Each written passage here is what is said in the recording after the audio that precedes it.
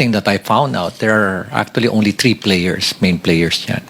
Yung mga korap na politiko, yung mga korap na mga bureaucrats, and we're talking about infra, ibig sabihin mga korap na DPWH officials, at yung mga korap din ng mga contractors. No? Lahat sila korap dyan. Lahat. And the way I see it, it has become a cottage industry, a livelihood program. No? Sa laki ng perang involved. No? There should be 5 major players. No? Yung funder, which usually yung mga lawmakers, the DPWH at yung mga contractors, local government at yung community. Pero in is out, yung dalawa. Last dalawa. So sila lang nag-uusap. Most of the time, when we ask them, bakit hindi kayo transparent sa records? Bakit hindi nyo ilabas? Ang lagi nilang sinasagot is, paano kung i-alter nila?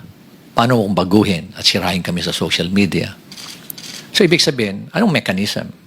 And that's the reason why we're pursuing this, itong transparency and accountability mechanism. And na-introduce nga itong blockchain sa amin.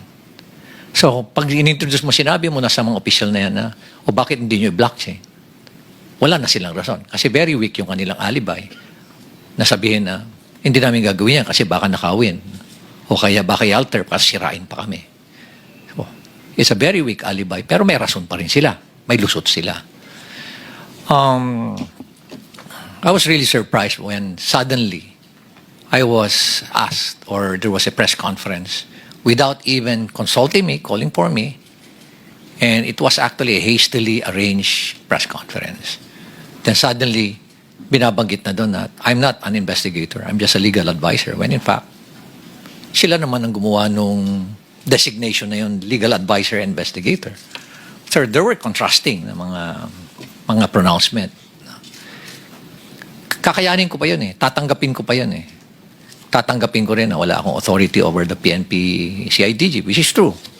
But we took the opportunity to enter into an MOU.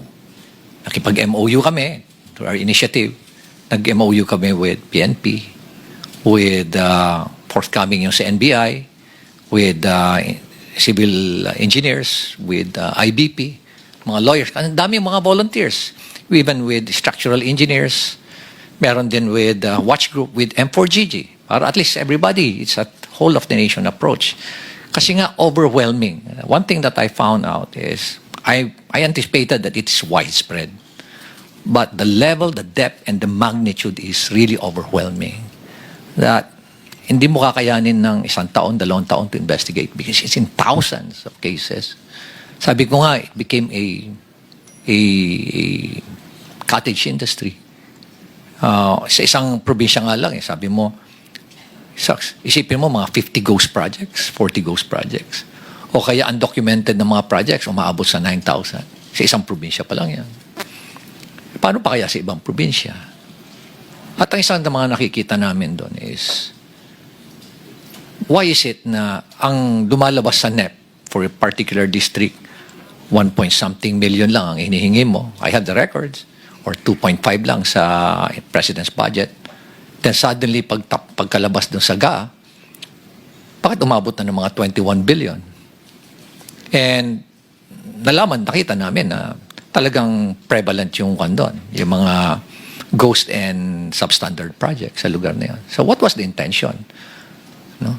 Hindi naman tayo tanga. Nangyayari dito lumalabas na tanga ang Pilipino, kaya pabayaan mo na lang sila. Hindi na nila mapapansin yan. Nakakainsulto isipin.